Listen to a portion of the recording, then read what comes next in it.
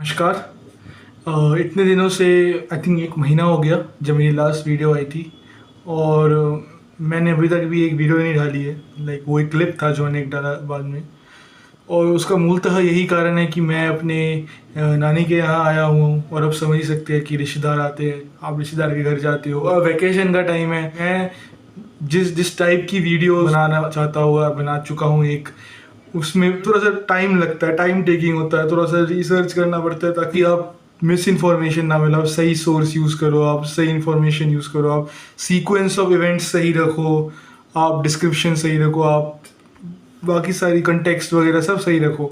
After couple of days I am going back to my home and I am planning to resume recording. And हुआ क्या था, जो last मैंने video upload की थी podcast मेरे दोस्त सिद्धांत के साथ, जो था डिसइंटीग्रेशन ऑफ पाकिस्तान के ऊपर, और वो पहलगाम के कुछ दिनों के बाद मैंने रिकॉर्ड किया था। मैंने उसको शेड्यूल कर दिया था और जिस दिन मैंने शेड्यूल किया, जिस दिन के लिए शेड्यूल किया था, आप चेक कर सकते हो उसका डेट, वो उसी दिन था जिस दिन ऑपरेशन सिंदूर, जिस सुबह 1:30 बजे, मतलब 1:30 AM में वो पहले ऑपरेशन सिंदूर वाले स्ट्राइक्स हुए थे इंडिया की तरफ से पाकिस्तान में। वो जो स्ट्राइक्स हुए थे वो जिस दिन हुए थे उसी दिन मैंने शेड्यूल कर रखी थी, और वो इसीलिए उस वीडियो का कंटेक्स्ट थोड़ा चेंज हुआ क्योंकि मैं उस पर एक्शन की मांग कर रहा हूँ, बट उसी दिन एक्शन हो गया, इसलिए मैंने डिस्क्रिप्शन में लिख दिया कि पहले रिकॉर्ड हुआ था और उसके बाद एक्शन हुआ। बहुत सीक्वेंस ऑफ इवेंट्स हुए।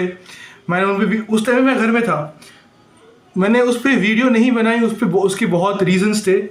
उसके बहुत रीजंस इसलिए थे क्योंकि उसमें जो सीक्वेंस ऑफ इवेंट्स चल रहे थे, जो एक के बाद एक इवेंट्स हो रहे थे विद द अनप्रिडिक्टेबल, उस पर कॉन्टेक्स्ट की इतनी कमी थी। उसके बारे में जो रीजनिंग है, उसकी रीजनिंग वेरीफाई करने के लिए जो तथ्य चाहिए, जो इन्फॉर्मेशन चाहिए, वो या तो अवेलेबल नहीं थे या फिर उनको वेरीफाई करने के लिए अच्छे सोर्स नहीं थे। क्योंकि ऐसे इवेंट्स में होता क्या है, कुछ समय के अंटिल एंड अनलेस आप सिद्धांत सिब्बल इनकी तरह नहीं हो तो आपको पहले से बहुत कुछ पता होता है, पता चल जाता है अंदर इनसाइडर इन्फॉर्मेशन।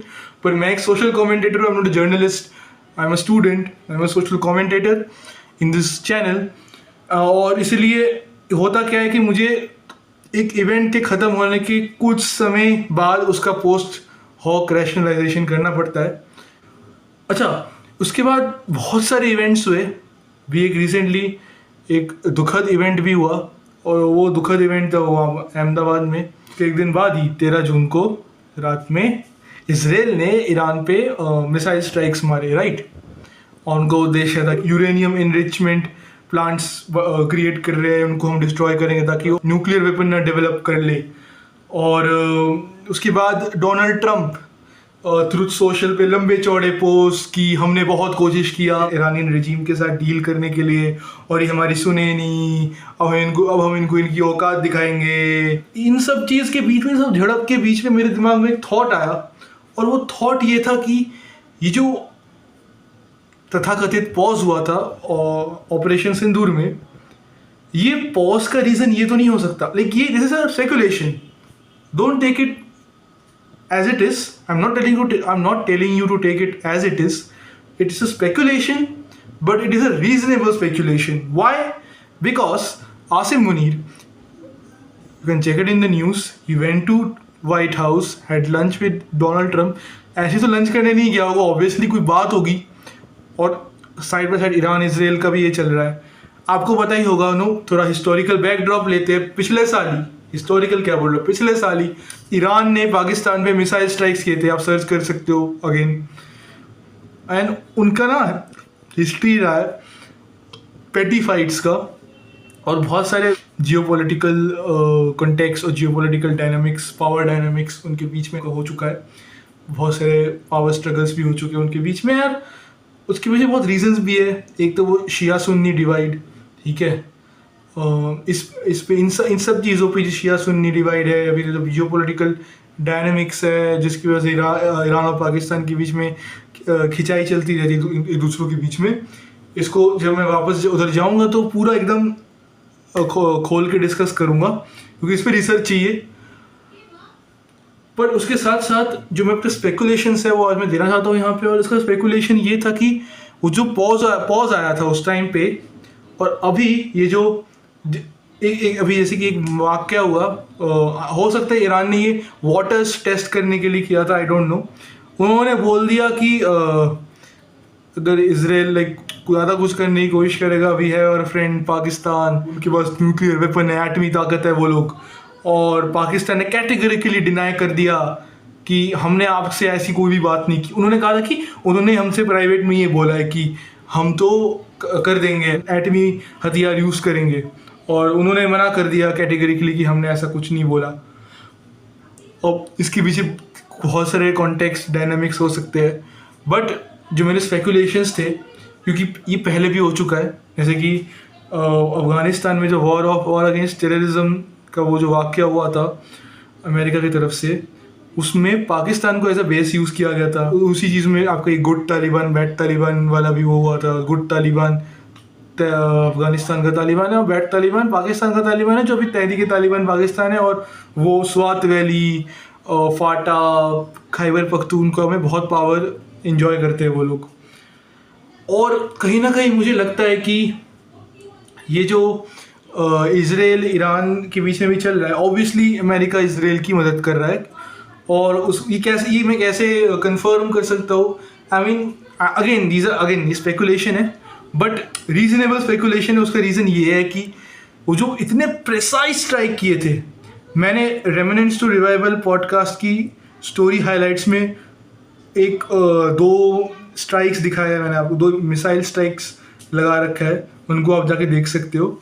वो इतने प्रिसाइज है, वो बिना अमेरिकन टेक्नोलॉजी के पॉसिबल ही नहीं है। और अगर वो सिर्फ इजराइल टेक्नोलॉजी यूज़ भी कर रहे हैं, उसको एग्जीक्यूट करने के लिए वो बिना अमेरिकन के साथ उनसे मर्जी ले कर ही नहीं सकते, वो पॉसिबल ही नहीं है। जो भी जियोपॉलिटिकल डायनामिक्स के बारे में थोड़ी सी भी नॉलेज रखता है, उसको पता होगा ये चीज़। तो जो मैं कह रहा था कि जो इतने प्रेसाइज स्ट्राइक किया गया था, वो बिना यूएस के इन्वॉल्वमेंट से हो ही नहीं सकता। इतना सटीक स्ट्राइक, उनकी पूरा मिलिट्री कमांड उड़ गया, उनके न्यूक्लियर साइंटिस्ट उड़ गए एकदम प्रिसाइज स्ट्राइक से, ना सालों के इंटेलिजेंस गैदरिंग के, ठीक है, हो ही नहीं सकता। ऊपर से अभी पता आ रहा है कि उन्होंने वहाँ पे सीक्रेट ड्रोन बेसिस बना दिए थे ईरान के अंदर, तेहरान के पास, जहाँ से अब ड्रोन उड़ रहे हैं और वो ईरान पे इधर उधर अटैक कर रहे हैं। इतना careful intelligence gathering, care implement करना, इस तरीके से इम्प्लीमेंट करना, आप यूएस के सहमदगी से के बिना आप कर ही नहीं सकते। तो अब वापस उस चीज़ में आते, मुझे लगता है कि जब जो बोला गया था कि हुआ क्या था, पाकिस्तान के डीजीएमओ हमसे बात करना चाहते थे, क्योंकि जो नूर खान पे जब उन्होंने अटैक किया, उधर उनके बहुत सारे नूर खान, सरगोधा, इधर आई थिंक इन दोनों में से एक में F-16 को चलाने वाले पायलट से F-16 को उनको जो पेलोड तैयार करना, उनको रेडी करना, उसके लिए बहुत सालों की एक्सपर्टीज चाहिए। उसके लिए आपको स्पेशलिस्ट होना पड़ता है उस चीज़ में। उन लोगों को अगर मार देते हो तो आप, क्योंकि ह्यूमन कॉस्ट मटेरियल कॉस्ट से ज़्यादा होता है। आप अगर एक वेपन खो देते हो, आप अगर एक मिलिट्री इक्विपमेंट खो देते हो, आप वो चीज़ वापस ले सकते हो। बट अगर आप इंसान खो देते हो, आप उसकी नॉलेज को वापस नहीं ला सकते। इसलिए इजराइल ने ईरान के न्यूक्लियर एनरिचमेंट फैसिलिटी से पहले उनके न्यूक्लियर साइंटिस्ट को मरवाया, क्योंकि अगर आप उनको मरवा दोगे वो नॉलेज चली जाएगी। सिमिलरली इसलिए हमने उनकी जब बेसिस पे अटैक किए, हमने रेडार्स पे तो उन पे अटैक किए, बट जब उनके बेसिस पे अटैक किए, हमने जानबूझ के उनके मेस पे अटैक किया। नूर खान के बेस के मेस में अटैक किया था। मेस में वो पायलट्स वगैरह बैठे हुए थे, खाना खा रहे थे, उन पे अटैक कर दिया। अब जो पायलट्स मारे गए थे नूर खान में, उनकी पूरी लिस्ट जारी की थी पाकिस्तानी आर्मी ने ट्विटर पे। जो पाकिस्तान आर्मी का, पाकिस्तान गवर्नमेंट का जो ऑफिशियल हैंडल है, उन्होंने उन सब का नाम लिखा कि ये मारे गए हैं उनके पायलट्स हमारे स्ट्राइक्स की वजह से, उनके मेस पे जो हमने स्ट्राइक किया था।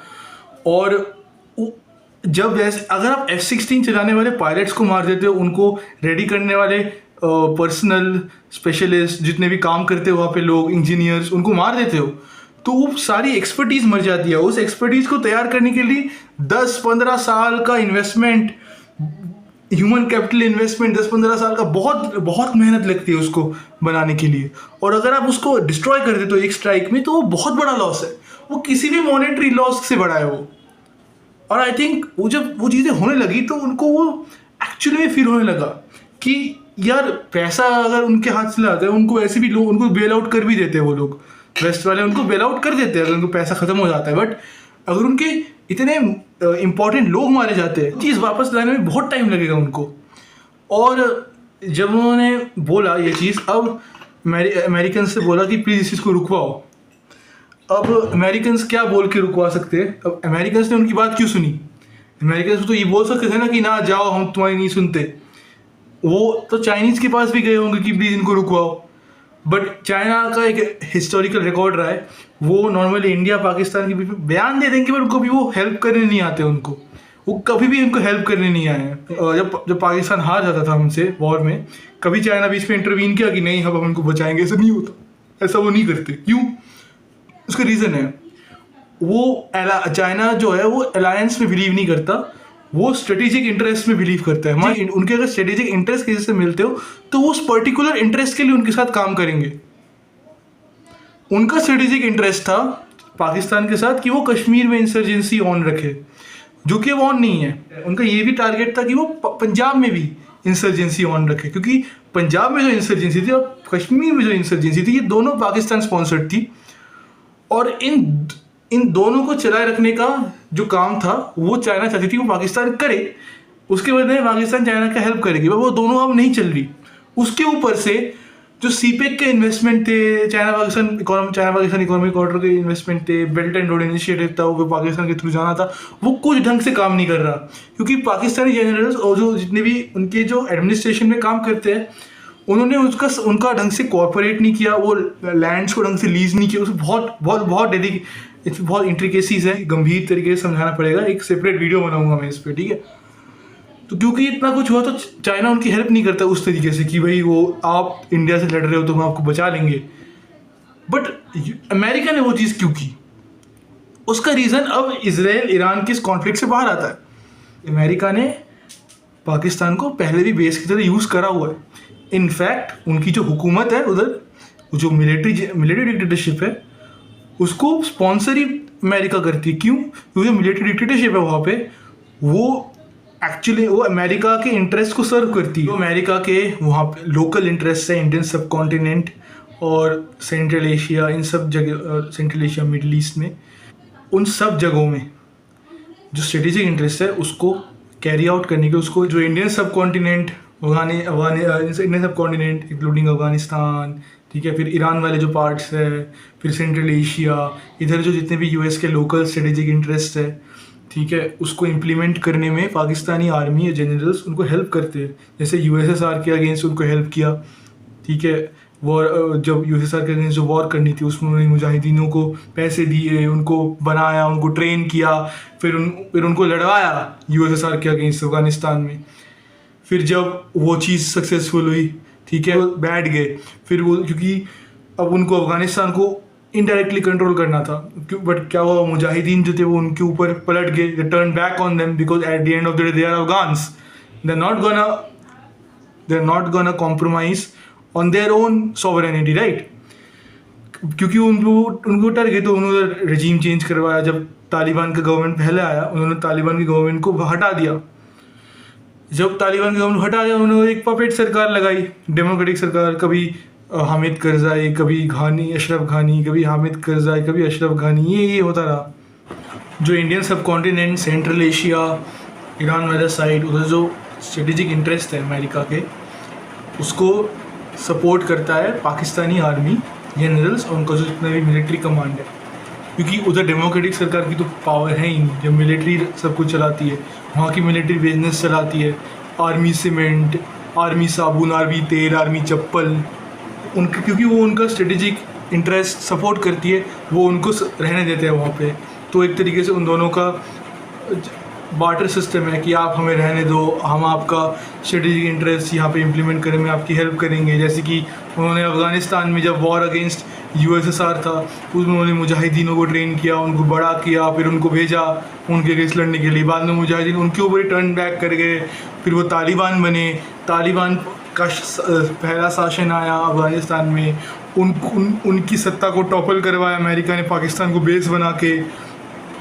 फिर उधर पपेट सरकार बैठाई, बहुत लोग मारे गए अफ़गानिस्तान में, पेशावर वाली साइड में बहुत लोग मारे गए। फिर उसके बाद वापस उधर रिजीम चेंज हुआ, फिर तालिबान की सरकार आई, ठीक है। फिर सिमिलरली पाकिस्तान को और भी बहुत चीज़ों के लिए यूज़ किया गया है। और जो स्ट्रेटेजिक इंटरेस्ट है कश्मीर में अमेरिका का, उसके लिए भी वो पाकिस्तान को यूज़ करते हैं। वरना आप सोचो उनके पास इतने वेपन्स, जो जितने भी टेररिस्ट आते हैं पाकिस्तान से कश्मीर में, उनके पास इतने बढ़िया बढ़िया वेपन्स कहाँ से आते हैं? कहीं ना कहीं से तो फंडिंग आती होगी ना, सपोर्ट कहाँ से मिलता होगा उनको, राइट? सो एनीवेज, तो अब वापस उसी चीज़ में आते हैं कि आसिम मुनीर वाइट हाउस आता है लंच के लिए। इजराइल ईरान पे अटैक कर रहा होता है। जिस तरीके से अटैक किया जाता है, उधर तेहरान के पास ड्रोन बेस पड़ा है, वो बिना बहुत सालों के प्लानिंग इंटेलिजेंस कर हो नहीं रही होगी। इसका मतलब जब ऑपरेशन सिंदूर चल रहा था तब इस चीज़ की भी प्लानिंग चल रही थी ईरान और अमेरिका के अंदर, इस चीज़ की प्लानिंग चल रही थी, राइट? और जब हम वो पाकिस्तान को इस तरीके से बुली कर रहे थे, बट जब हम ये चीज़ कर रहे थे उनके साथ, उनके दिमाग में खड़के हो गए, उनको पाकिस्तान चाहिए अभी उनकी स्ट्रेटेजिक इंटरेस्ट के लिए उधर ईरान के अगेंस्ट। और वो ईरान को आई थिंक अभी यूज़ करना चाहते हैं as a base to carry out whatever they want to in Iran.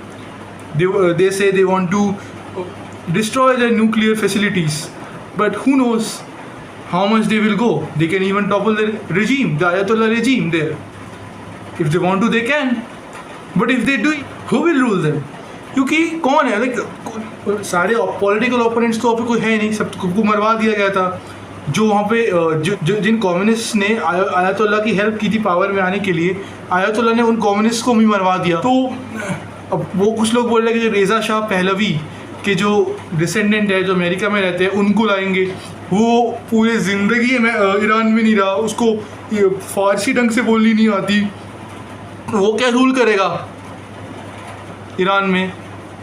तो मुझे समझ नहीं आ रहा कि ये जो काम कर रहे हैं इसका फ्यूचर इम्प्लीकेशन, इनका फ्यूचर प्लान क्या है, ये तो मुझे अभी तक पता नहीं चला।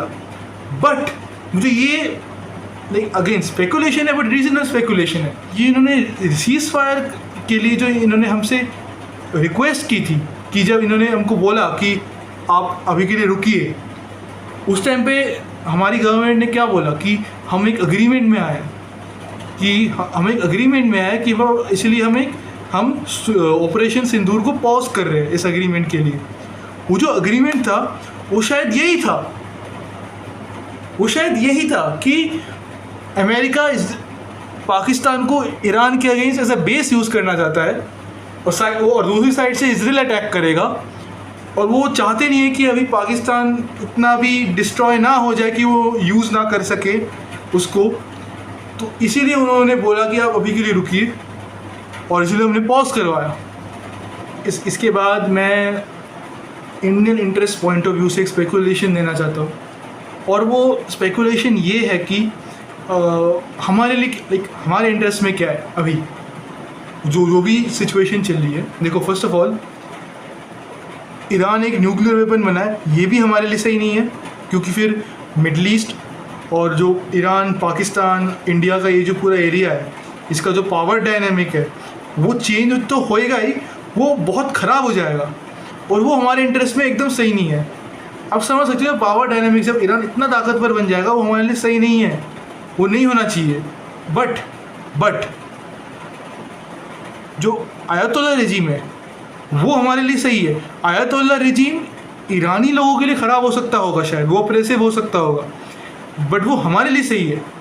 वो हमारे लिए सही इसलिए, आपको याद रखना होगा, आप रिसर्च करके देख सकते हो, जो रेज़ा शाह पहलवी था वो खुल्ला पाकिस्तान को सपोर्ट करता था जब पाकिस्तान इंडिया के अगेंस्ट वॉर करता था, जब पाकिस्तान इंडिया में दहशतगर्दी फैलाता था। रेज़ा शाह पहलवी खुल्ला सपोर्ट करता था, अयतुल्ला खमीनी भी करता है। बट आयतुल्ला ख़ोमेनी का जो रेजिम है वो कोई मॉनेटरी सपोर्ट नहीं भेजता उतना पाकिस्तान को, थोड़ा बहुत टोकन वे में भेजता होगा बट उतना भी कुछ सपोर्ट नहीं करता। वो बस वर्बल सपोर्ट ज़्यादा करते हैं, मटेरियल सपोर्ट बहुत कम करते हैं। मतलब अगर वर्बल सपोर्ट इतना होगा, मटेरियल सपोर्ट इतना है, तो वर्बल सपोर्ट और मटेरियल सपोर्ट में इतना डिफरेंस होने की वजह से ayatollah regime prove to be better for us than the Reza Shah Pahlavi regime before them.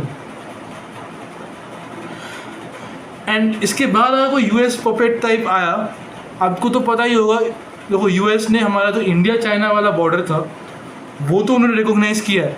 क्यों? क्योंकि वो चाइना उनके इंटरेस्ट के अगेंस्ट जाता है, तो वो चाइना को काउंटर करना चाहते हैं। चाइना को काउंटर करने के लिए वो हमें यूज़ करना चाहते हैं, तो इसलिए वो उस जगह में हमारी उस चीज़ को मान रहे हैं कि हाँ ये लाइन एग्जिस्ट करती है, ये लाइन रियल है।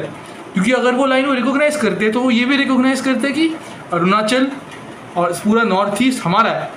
क्योंकि चाइना मानता है कि नॉर्थ ईस्ट उनका है, वो क्लेम एकदम गलत है, हिस्टोरिकली भी, कल्चरली भी, जोग्राफिकली भी, right. That land is rightfully ours. और अमेरिका वो क्यों मानता है? उसका एक ही रीज़न है, इट्स नॉट बिकॉज उस चीज़ को लिटरली मानता है, वो मानता है क्योंकि वो हमको यूज़ करना चाहता है चाइना के अगेंस्ट काउंटर के लिए, राइट। बट उसी जगह क्योंकि वो चाहता नहीं है कि हम पाकिस्तान को काउंटर करें, तो वो कश्मीर के मुद्दे में अलूफ हो जाता है। और ठीक है, अलूफ हो जाओ, मैं चाहता हूँ वो अलूफ रहे, क्योंकि कश्मीर हमारा इंटरनल मामला है। बट फिर वो डोनाल्ड ट्रम्प आके बोले हाँ मैं सुलझाऊंगा, ये करूँगा, आप दूर रहो। और हमारी गवर्नमेंट ने एकदम सही किया, उनको बोल के कैटेगरिकली कि हम कोई मेडलिंग नहीं चाहते, ये हमारा इंटरनल मामला है, बायोलेटरल भी नहीं है, यूनिलैटरल है। पाकिस्तान के साथ अगर कोई बात होगी तो वो सिर्फ पीओके के मुद्दे पे होगी। क्या पीओके कब लौटा रहे हो? अब आप डेट बता दो। तो उस जगह पे तो हम सही कर रहे हैं। और हमें ये भी दिमाग में रखना पड़ेगा कि अगर यूएस पपेट रेजिम आया, क्योंकि आप भूल जाते हो अगर पाकिस्तान के लिए मटेरियल सपोर्ट इतना है और वर्बल सपोर्ट इतना है आयतुल्ला की तरफ से, हमारे लिए वर्बल सपोर्ट तो इतना है बट थोड़ा बहुत मटेरियल सपोर्ट है। बट रेज़ा शाह पहलवी का जो रेजिम था वो इतना घटिया था, वो वर्बल सपोर्ट भी नहीं दे रहा था, मटेरियल सपोर्ट भी नहीं दे रहा था। और अगर वो यूएस पपेट रेजिम आएगा वो भी सेम कांड करेगा।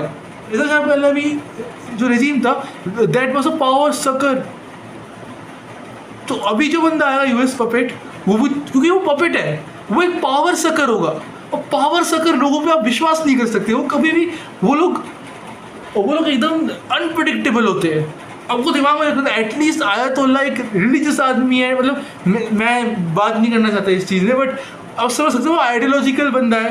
तो आइडियोलॉजिकल बंदे उतने वो नहीं होते, अनप्रेडिक्टेबल नहीं होते। आप प्रेडिक्ट कर सकते हो क्या करेंगे बाद में या नहीं करेंगे, क्योंकि रिलीजन वैसे ही काम करता है। बट पावर सकर लोग अनप्रेडिक्टेबल है, वो उन पर आप ट्रस्ट नहीं कर सकते। मैं चाहता हूँ कि वो न्यूक्लियर पावर ना बने, पर मैं ये भी नहीं चाहता कि उनकी रेजिम गिर जाए। और हमको एज एन इंडियंस ये चीज़ समझनी पड़ेगी क्यों इम्पोर्टेंट है हमारे लिए। मैं इस चीज़ पे और बात करूँगा नेक्स्ट वीडियो में, जब मैं घर जाऊँगा। तो मिलते हैं नेक्स्ट वीडियो में, तब तक के लिए गुड नाइट।